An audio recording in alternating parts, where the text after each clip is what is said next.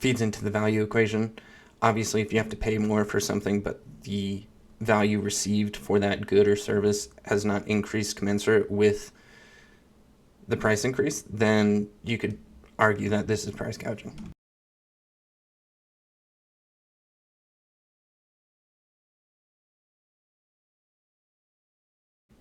Hello everyone, I'm Seth, this is Acquired Salary. In today's video, I'm going to be talking about why fast food companies are panicking over higher prices now. To do this, I'm going to be reacting to a video on the topic. Before we get into it though, if you're new here, welcome. If you're returning, welcome back.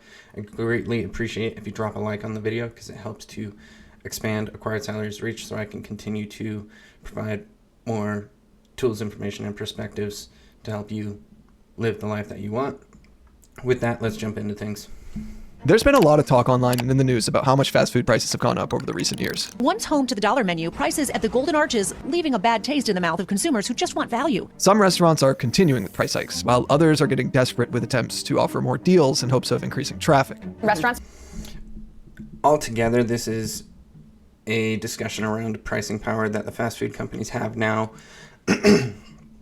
And it's clear that some companies have really leaned into their pricing power over the past couple of years, and that's why they're having to walk things back and bring in some additional deals to, make their food more desirable, because the bargain that was fast food it was quick, it was easy, you weren't expecting it to be super high quality, but that was kind of the expectation because it was cheap.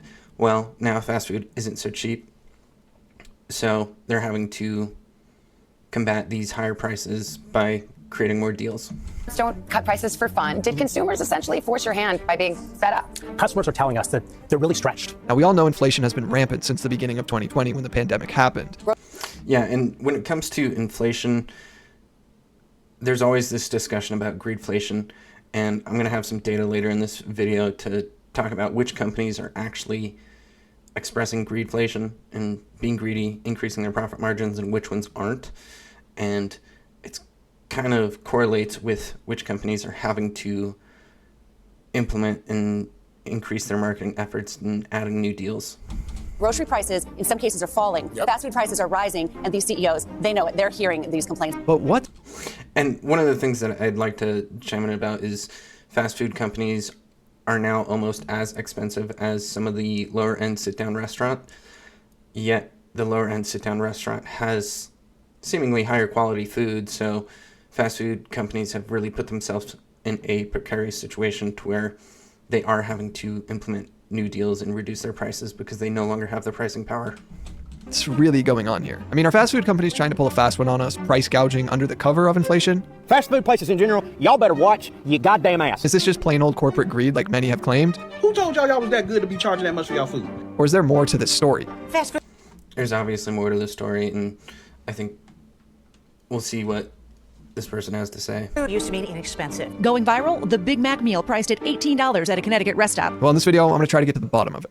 Wikipedia defines price gouging as a pejorative term used to refer to the practice of increasing the prices of goods, services, or commodities to a level much higher than is considered reasonable or fair by some. This commonly applies to the price increases of basic necessities after natural disasters. Usually, this event occurs after a demand or supply shock, like, say...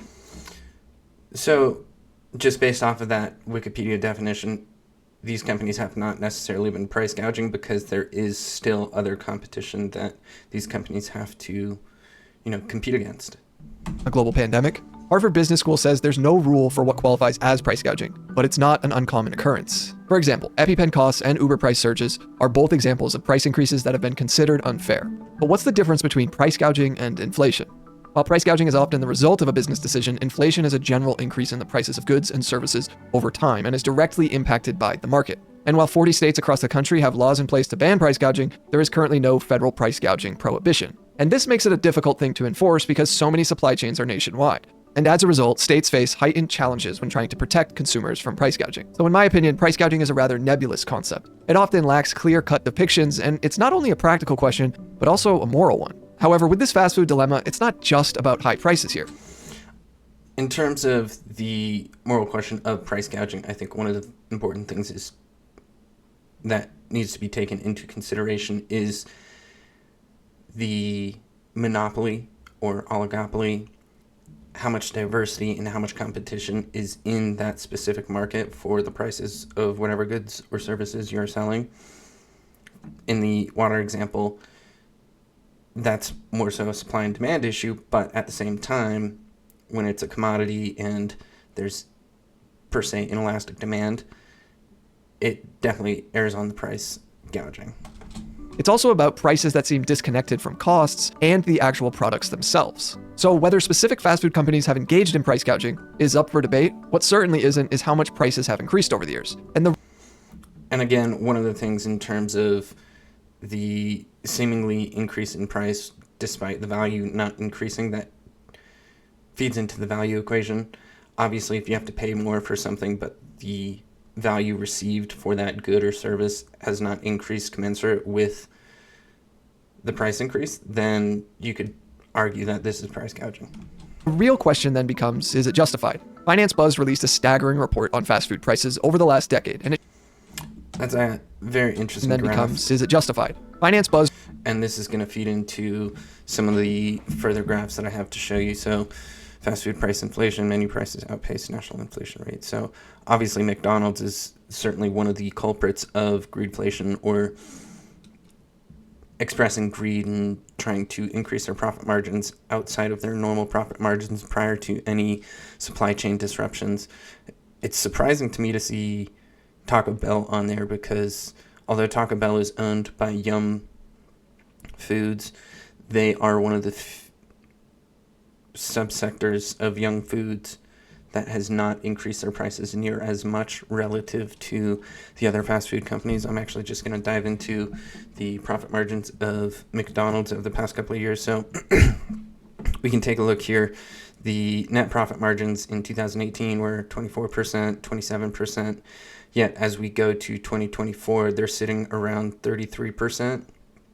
So there's obviously a dramatic increase in the profit margin for McDonald's, which means they are definitely a culprit of price gouging.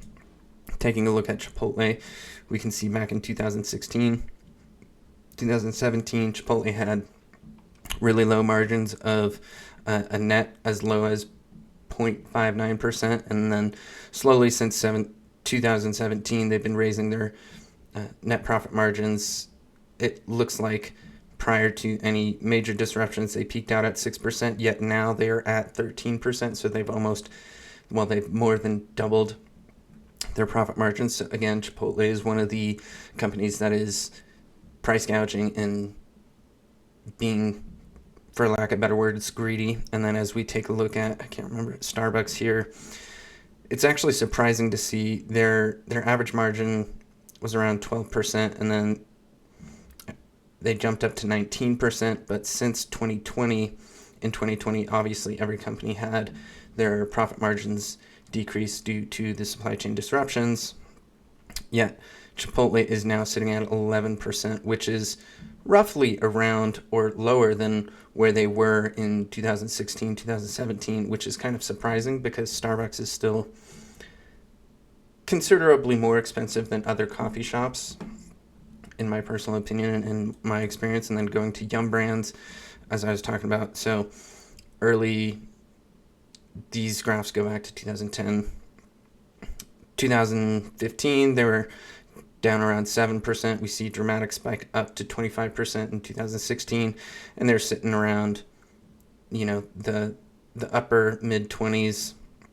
Going into 2020, there was a small dip, not a very dramatic dip, down to 15.99%, but now they're sitting around 20%, so they have seen a 5% increase in their net profit margins, which kind of indicates they have done some price gouging or price increases. Yet, when you take a look at it, it's KFC, Taco Bell, Pizza Hut, and Habit Grill and Burger and Grill. I think Taco Bell is not the leading brand contributing to the increase in profit margins for Yum Brands, but let's get back to the video. has released a staggering report on fast food prices over the last decade, and it showed some very interesting stats, claiming McDonald's is king when it comes to price hikes over the years. Which those graphs that I just showed you definitely concurs with McDonald's being the biggest culprit of greed. citing a 100% increase to their prices from 2014 to 2024. Now, to understand how we got here, let's just rewind for a second. Fast food in its early days was built on two core promises: speed and affordability. Now, Again, speed and affordability are how consumers would determine the value of fast food. with its initial success, it really started to become a symbol of American culture. What the food may have lacked in quality, it ultimately made up with cheaper prices and the convenience of getting it quickly. However, today, the same can't be said. It's not breaking news, but fast food is rarely fast anymore, and it's becoming pretty expensive for what the quality is. Now, over the last 2 decades, rising costs have hit the industry hard. Real estate prices, minimum wage increases, and supply chain inefficiencies started driving up costs. Add to that the increase in costs of beef, chicken, potatoes, along with paper products, and suddenly, the simple cheap burger wasn't so cheap to make anymore. These changes laid the groundwork for the price hikes that we're seeing today, but they only tell part of the story. What's happening now feels different, like something has... And from the McDonald's standpoint, McDonald's, there's a great documentary on Netflix that shows the core business of McDonald's comes through their real estate ownership. And at this point, yes, all the costs that established context has covered here do play a part in McDonald's increasing their prices and all of that. But overall, a large portion of McDonald's profit has come from their real estate side of the business. has fundamentally shifted. Oh, I'm sorry. Could you put her on, please? Dude, this is a Wendy's restaurant.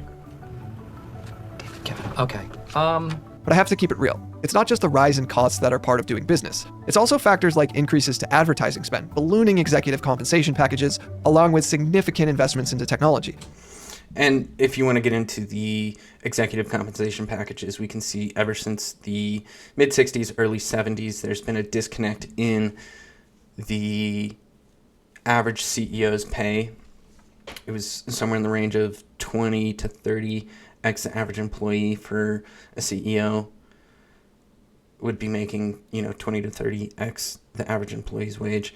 And now this has gotten to the point where executives are now making close to 300%, and there are websites like Glassdoor where you can check this. I think Glassdoor is one of the good resources that you can use. I can't recall them all of them off the top of my head, but you can certainly see there's a dramatic change in CEO compensation relative to the workers' compensation.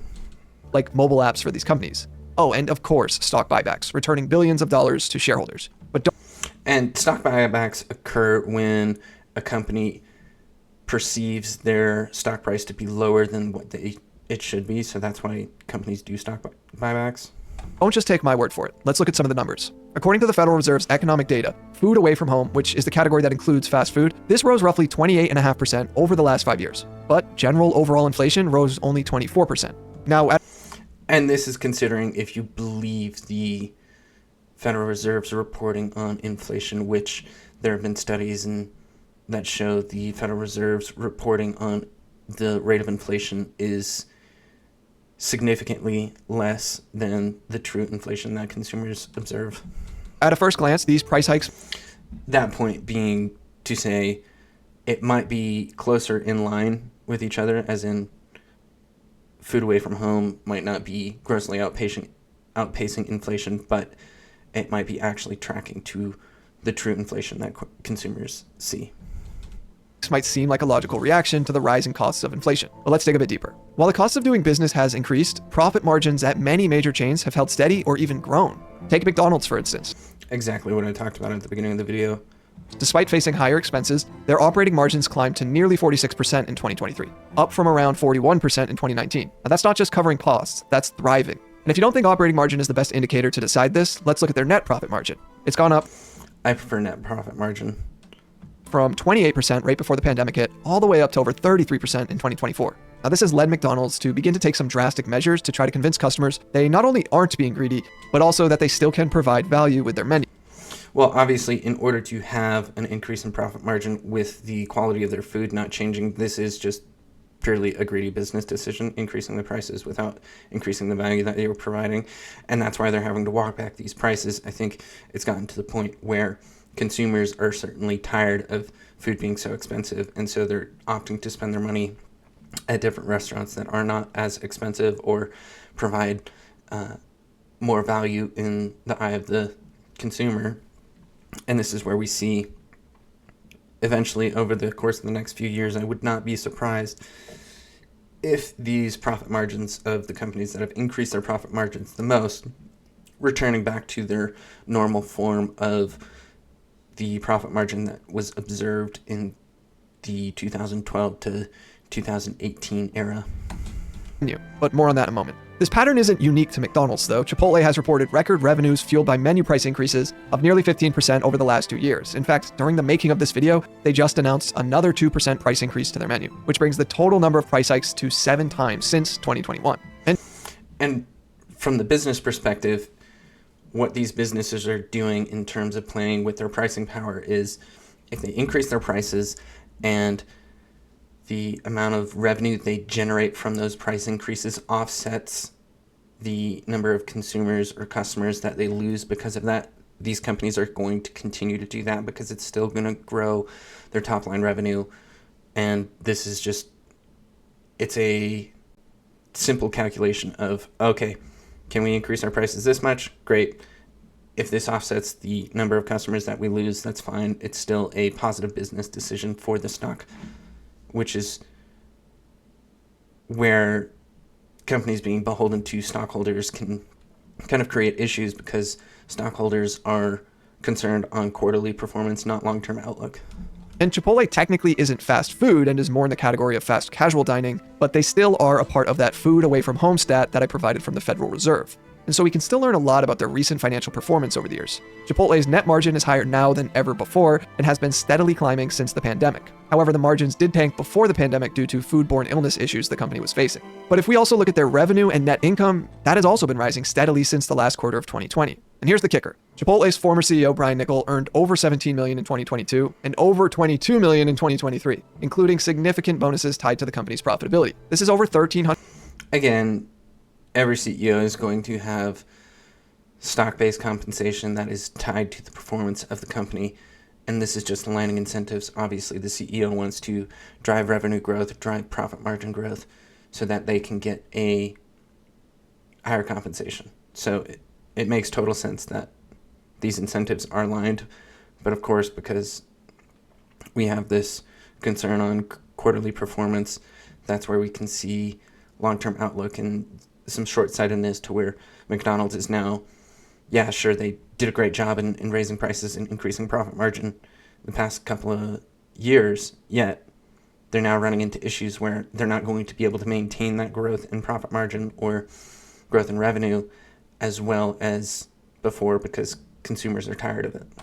100 times the median pay of a Chipotle worker. Now, whether you think the CEO is worth 1,300 times the average worker or not, it's clear that they are making more money now than ever before. And Chipotle... 1,300 times is far greater than the average company, which is 300 times. So that is an insane stat right there. Also just announced in July that they were authorizing a $400 million stock buyback program, essentially funneling excess cash back to shareholders instead of, reinvesting it into operations or finding out ways to keep prices stable. Additionally, Yum Brands, which owns Taco Bell, KFC, and Pizza Hut, instituted price hikes in 2023 and cited that it was a last resort option, while later that year clocking in a 21% increase in total revenue over its pre-pandemic earnings. Now, since then, executives at the company have authorized a $2 billion share repurchase program, returning $678 million to its shareholders. Now, there's no secret here that greater amounts of capital are being redirected to corporate-level costs, such as C-level executive compensation. Now, critics argue that inflation has become a convenient excuse for these price hikes. Yes, it definitely has been a convenient excuse for a lot of companies, and you can see this is not just universal to the food away from home industry, but you can see it all across the board with many companies using inflation as the excuse to increasing their prices. Labor and ingredient costs are up, but why are executive salaries soaring at the same time? Why are companies increasing ad budgets and launching multi-million-dollar stock buybacks while citing higher costs as the reason for passing price increases onto consumers? Now, in some cases, the numbers suggest these companies are taking advantage of inflationary pressures to pad their profits. In fact, a recent analysis from the Economic Policy Institute found that corporate profits accounted for over 40% of price increases across several industries during That certainly checks out and kind of confirms the point that I just made. The pandemic recovery period. Now, while fast food isn't singled out in this analysis, it does seem to fit into this broader trend. This narrative has led to a huge disconnect from corporations to their consumers, particularly around their pricing and the value propositions they offer. But and one of the other industries that we're seeing this is in the tech sector. tech companies have been laying off employees like crazy, especially since AI has really essentially eliminated the entry-level employees' role due to the proficiency or efficiency gains that more senior level employees have, and tech workers have always had higher salaries. So tech companies have been laying off employees, increasing their profit margins and increasing their stock price, and blaming it on the difficulty of the economy, when really it's just to pad the overall stock price and essentially executive pay. Interesting thing here is some of these companies are faring much better than others. Chipotle, for example, is continuing to grow in spite of their price hikes, and they also historically haven't offered any sort of value meal. While restaurants like McDonald's, Burger King, Wendy's, Taco Bell, and others are all trying to entice customers by trying to add more value deals to their menus. And when it comes down to all this increase in marketing spend, it's because the underlying product has not changed. Therefore, the underlying value of that product has not increased. And that's why they have to increase their marketing, because essentially gaining additional customers becomes more and more expensive as long as you don't improve your product as a whole. So they're simply marketing more because they're not focusing on improving the product. But of course, fast food chains have their side of the story too. They argued that these price hikes are a necessity, not some evil choice. And their executives have pointed to some real pressures: rising wages, volatile supply chains, and of course inflation as reasons. Rising wages, yet you still have employees making, well, in Chipotle's case, the CEO is making 1,300 times, which is more than 4 times as much as the average CEO in comparison to the average employee. So if you're making these claims that you need to have these dramatic increases in profit margins, then you theoretically you would start to see the average employee's pay keep up with, or not dramatically change to, the average CEO's pay. But that's not what we're seeing so far. Is why fast food just isn't as cheap as it used to be. Now, back in May of 2024, social media posts about an $18 Big Mac meal went so viral that McDonald's actually had to begin a campaign trying to debunk some of the myths that were being spread about their prices. Remember this graph from earlier? Yeah, well, McDonald's disagrees with a lot of it. The nuance behind this is that while Of course McDonald's disagrees with it. It's painting them in a bad light and painting them to be very greedy. Obviously, McDonald's is going to disagree with being painted as a greedy corporation. data on its own is rather objective, the way in which data can be presented often is very subjective, including this video here. However, in their blog post, McDonald's cited bits of information from the article labeling them as myths, like, quote, McDonald's raised prices at a rate nearly double the national rate of inflation. And over in their facts section, trying to combat this, they mentioned that over the last 5 years, prices have increased around 40% due to higher input costs such as salaries, food, and paper products. And while that may be very well true, the article cites McDonald's menu prices have doubled 100% since 2014 across popular items, the highest of any chain we analyzed. But okay. And this again is about how they present the data. Obviously, you can cherry pick the data and say, oh, it's only been 40%. Well, if it's only been 40% over the past 5 years, that's not the past 10 years, which is what the original article was published on. Let's just assume McDonald's was confused on this, and they cited from 2019 on as opposed to what the article says, which is 2014. So what about another myth? Well, once again, McDonald's cites the article quoting, McDonald's medium fries have increased by 138% since 2019. But McDonald's claims the truth is the average price of a medium fry in 2019 was $2.29, and now in 2024, the average price is $3.29. Okay, well, the article actually says that the 138% increase is from 2014 to 2024, not 2019. Now, I could go on, but I think you're starting to get the point. Okay, but there are some who argue that rising wages are really the one to blame for high menu prices, claiming this trend of increasing minimum wage could lead to job losses and widespread restaurant closures. However, the evidence suggests otherwise. Economists at the Economic Policy Institute have extensively researched this issue and found that higher wages would likely have the opposite effect, modestly stimulating consumer demand, boosting business activity, and creating job growth. Okay, but what about fast food prices? Are they? And this is where a lot of companies are becoming short-sighted in terms of a lot of data is indicating that we could be flirting with a recession right now. So they're it's a positive feedback loop in a negative direction. So a company gets concerned, oh, we might be entering a recession. We might need to conduct layoffs so that we can survive. We might need to pad our profit margins so we can survive. Best way to do that is by conducting layoffs. Well, if you conduct layoffs, then there are fewer consumers in the economy that can afford consumer products and consumer services. And consumer products and services are a major contributor to GDP. And as soon as our GDP goes negative, then we're in a recession. So it's a positive feedback loop. Companies lay off employees. Employees are no longer employed, so they can't afford things, so they don't spend money at companies. And you can see how this cycle feeds into it and essentially leads us into a recession. Are they rising because of higher wages? Well, yes, but not entirely for the reasons you might think. Price increases in the fast food industry are part of a long-standing trend, not a sudden phenomenon caused by wage hikes. Because while the consumer price index for all items rose by 3.2% between April 2022 and April 2023, fast food prices surged 5.2%, according to the Bureau of Labor Statistics. Meanwhile, the cost of groceries increased by only 1% during that time. But that was then, and this is now. And fast food... So obviously, the cost of groceries and the cost of fast food is not going to track one-to-one because fast food is an additional service, right? There is additional value added in terms of the food has been prepared for you. So it does make sense if there's a 1% increase in the cost of goods and then a 1% increase in the cost of service, that combines to be a 2%. Obviously, that doesn't match the 3.2%, but we can see how things stack up across the supply chain.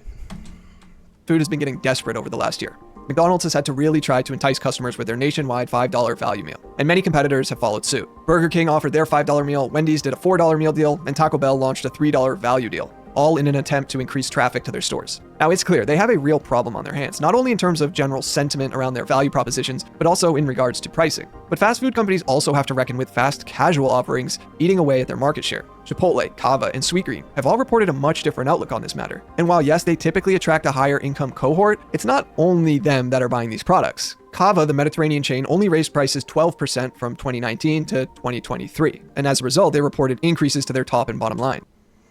Cava revenue grew 39%. Let's see. I don't see anything about their compounded monthly growth rate or annual growth rate, but interesting how they've increased less and they're still seeing sales growth. It's crazy.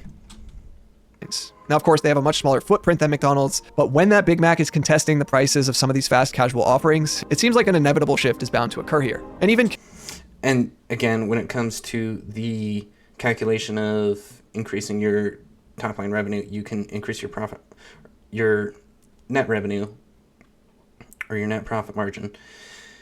The only way to do that is increase the lifetime value of your customer or increase the number of customers. And the way to increase the lifetime value of your customer is to either increase prices or increase just profit margin in general, or decrease churn.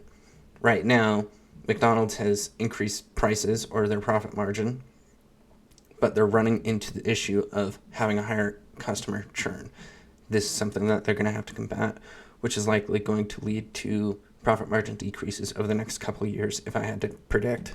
Casual sit-down restaurants like Applebee's and Chili's are getting involved into this value war. Chili's 3-for-Me meal deal for $10.99 has created a resurgence in traffic to their restaurants, resulting in their foot traffic soaring 33%, which capped off 6 straight months of increases.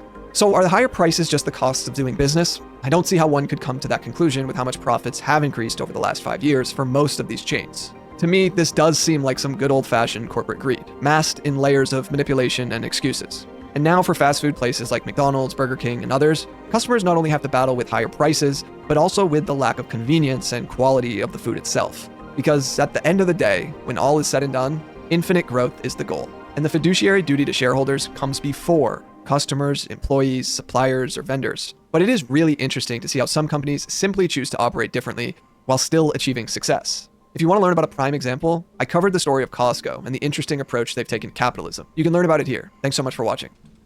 Yeah, I think this was a great video and definitely worth the watch, and he presented a lot of good data. I pulled up the same data that he used prior to watching the video because this is something that I've kind of paid attention to. But what do you think? Please share your thoughts and comments in the comment section below.